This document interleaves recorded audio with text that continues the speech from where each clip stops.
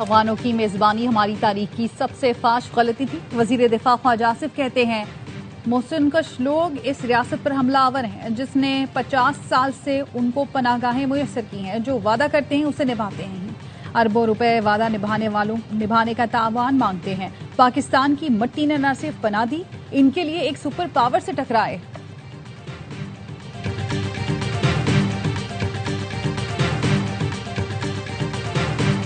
Iran जंग पर Trump इंतजामिया को बड़ा झटका। नेशनल काउंटर टेररिज्म सेंटर के डायरेक्टर जो कैंट ने एहतजाजन इस्तीफा दे दिया। जो कैंट का मौक़िफ़ है ईरान से फौरी कोई खतरा नहीं था। जंग इसराइल और उसकी ताकतवर लॉबी के दबाव पर शुरू की गई।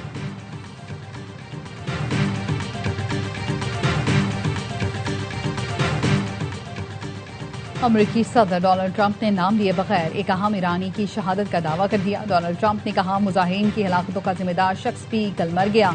ट्रंप ने ईरान जंग में साथ न देने पर नेटो इत्तेहादियों से मायूसी का इजहार किया। ट्रंप ने एतराफ किया ज्यादातर नेटो इत्तेहादियों ने ईरान जंग में शामिल होने से इनकार कर दिया।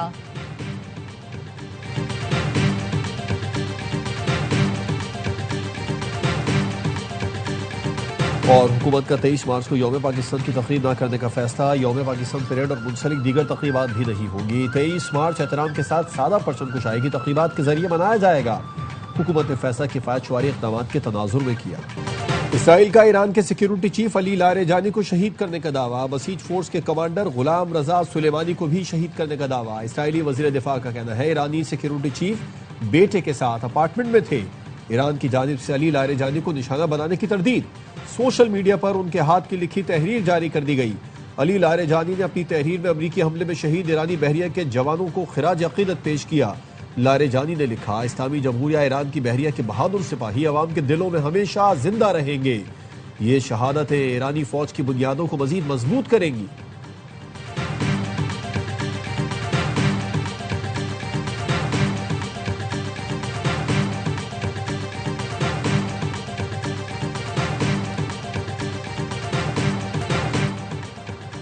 अमरीकी और इसराइली कुव्वतों को शिकस्त देने और कीमत वसूल करने तक नहीं रुकेंगे। ईरानी सुप्रीम लीडर मुश्तबा खामनाई का पैगाम। कहा उनके साथ अमन का ये मुनासिब वक्त नहीं है। तर्जुमान पासदारान इनकलाब का कहना है जंगों का फैसला सोशल मीडिया पर नहीं मैदान में होता है। अमरीकी मिशन का नाम एपिक फ्यूरी नहीं एपिक फेयर होना चाहिए। ईरान वो जगह है जहां आप और आपकी अफवाज आने की हिम्मत नहीं करती। जंग जल्द खत्म हो जाएगी लेकिन अभी कुछ नहीं बता सकता कि कब खत्म होगी।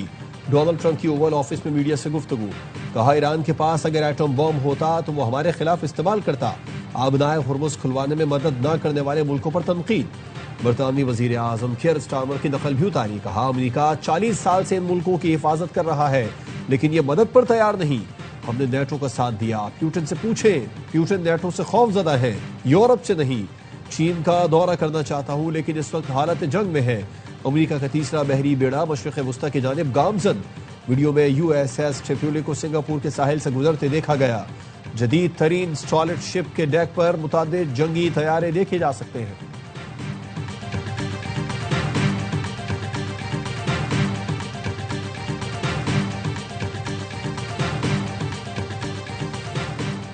आबनाए हुर्मुज़ को खोलने के लिए किसी भी फौजी कार्रवाई का हिस्सा नहीं बनेंगे। फ्रांस के सदर मैक्रोन का दो टोक ऐलान। सदर मैक्रोन ने कहा इस जंग के फरीक नहीं, इसलिए मौजूदा हालात में फ्रांस आबनाए हुर्मुज़ को खोलने के लिए किसी ऑपरेशन में शिरकत नहीं करेगा। वाजे किया एक ऐसे इत्तेहाद की तैयारी पर काम कर रहे हैं जो जंग के खात्मे के बाद अहम बहरी गुजरगाह में जहाज रानी की आज़ादी को यकीनी बनाएगा। जर्मन वजीर खारजा का कहना है अमरीकी फौज आबनाए हुर्मुज़ महफूज बनाने की पोजीशन में नहीं तो यूरोपीय मुल्क भी अकेले ये काम नहीं कर सकते। मुहिम जोई के बजाय सब्र और इत्तेहादियों के साथ मिलकर सिफारती रास्ता निकालना ही हकीकत पसंदी है। खलीज फारिस से तेल, गैस और खाद की सप्लाई जल्द बहाल न हुई तो दुनिया भर में खुराक का संगीन बहरान पैदा हो जाएगा।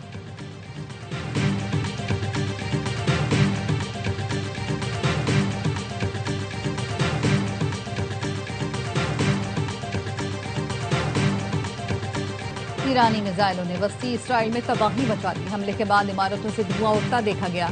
मगरबी किनारे में इसराइली अहदाफ को भी टारगेट किया। कमांड एंड कंट्रोल मराकज को खैबर शिकन और कदर मिसाइलों से निशाना बनाया गया। कई इमारतें और गाड़ियां तबाह हो गई। दर्जनों अफराद जख्मी। पासदारान इनकलाब का इसराइल और अमरीकी फौजी अड्डों पर नए हमलों का ऐलान।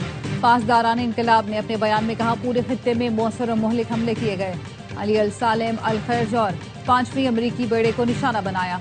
ईरानी बहरिया ने बहरीन के इलाके शेख ईसा में अमरीकी एयरबेस और मुत्तहदा अरब इमारात के अलजफरा एयरबेस पर भी हमला किया। पासदारान इनकलाब का कहना है हमले में अमरीकी फौजी जहाज के हैंगर और लॉजिस्टिक हॉल्स को शदीद नुकसान पहुंचा।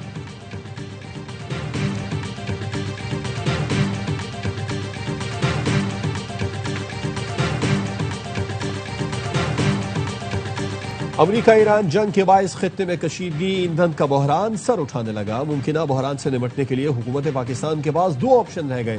पहला ऑप्शन आलमी मंडी के मुताबिक पेट्रोलियम मसनूआत की कीमतों में इजाफा।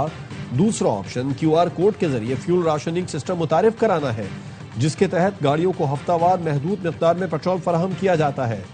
श्रीलंका समेत खित्ते के मुख्तलिफ मुल्क फ्यूल राशनिंग का सिस्टम पहले ही मुतारिफ करा चुके हैं। हुकूमत किस ऑप्शन पर जाए, आप भी अपनी कीमती आरत से हमें व्हाट्सएप मैसेज के जरिए आगाह करें।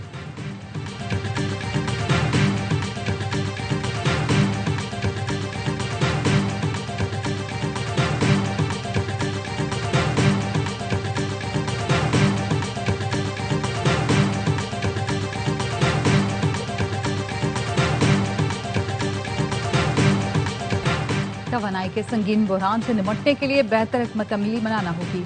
मुल्क भर के अवाम का कहना है पेट्रोल मजीद महंगा करने के बजाय इस्तेमाल कम किया जाए। QR कोड के जरिए पेट्रोल दिया जाए, महंगा भी नहीं होगा और मुल्क भी चलता रहेगा।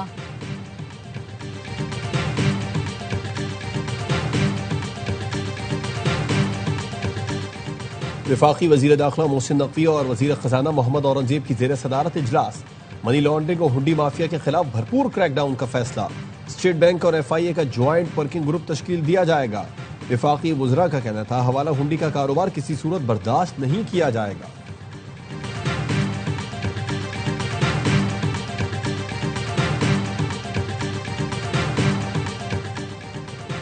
रेडियो पाकिस्तान हमला केस आज फिर अदालत में ज़िम्नी चालान जमा न हुआ। वकील रेडियो पाकिस्तान ने एतराज किया चालान जमा क्यों नहीं हुआ। ज़िम्नी चालान सुहेल आफरीदी से मुतालिक फॉरेंसिक रिपोर्ट पर बनाया जाना है। ATC में ज़िम्नी चालान से सुहेल आफरीदी के मुलव्विस होने या न होने का बताया जाएगा। जराए का कहना है वजीर आला KP सुहेल आफरीदी आज अडियाला जेल के बाहर भी नहीं पहुंचे। बानी PTI बाहर आएंगे और ये हुक्मरान खुद इनको बाहर निकालेंगे। बानी PTI की बहन अलीमा खानम कहती हैं हम बानी का इलाज चाहते हैं और कोई हमारा मुतालिबा नहीं। नौरीन न्याजी ने कहा हमारा भाई कभी कोई डील नहीं करेगा, एक दिन आएगा ये लोग हाथ जोड़कर इसको बाहर निकालेंगे।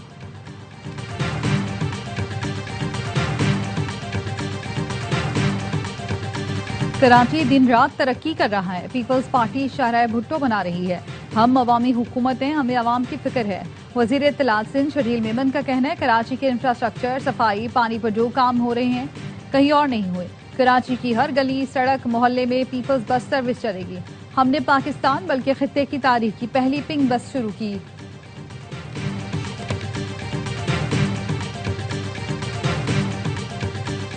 कराची में आयशा मंजिल के करीब गाड़ी की टक्कर से मोटरसाइकिल सवार 2 अफराद जाम। हक IG सिंध जावेद आलम ओढ़ो की ज़ेर सदारत ट्रैफिक इंतजामात और फेसलेस टिकटिंग सिस्टम पर इजलास। कराची में जदीद सिस्टम के तहत 23,000 गाड़ियों को ब्लैक लिस्ट करने का इंकशाफ। ईद के बाद बगैर नंबर प्लेट मोटरसाइकिल चलाने वालों के खिलाफ कार्रवाई का फैसला। IG सिंध ने शहर में ट्रैफिक हादसा में इजाफे पर तहकीकाती रिपोर्ट तलब कर ली।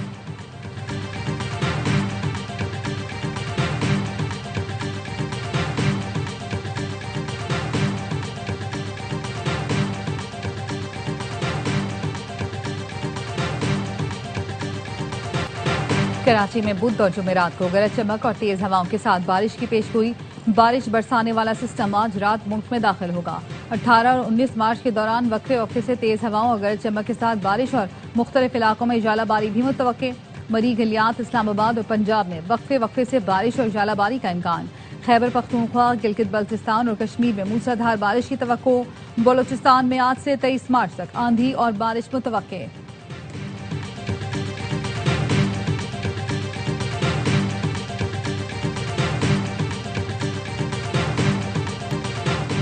महंगाई ने ईद की तैयारियों को गोहना दिया। कराची में शॉपिंग के लिए रश लेकिन खरीदारी कम।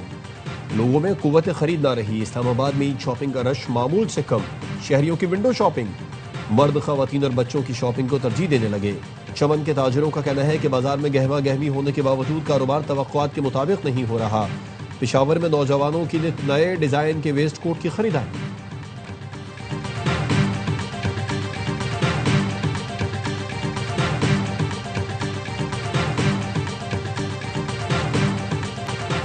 बर्फपोश पहाड़, खूबसूरत झीलें और दिल फरेब नज़ारे। पीएसएल ट्रॉफी इन्फिनिटी को इस्लामाबाद के बाद शिमाली इलाकों की सैर कराई गई।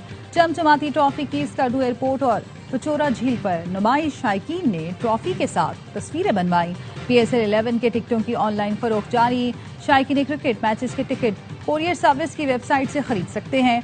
एक शनाख्ती कार्ड पर 8 टिकट खरीदे जा सकते हैं। टिकट की कम से कम कीमत 250 रुपए है।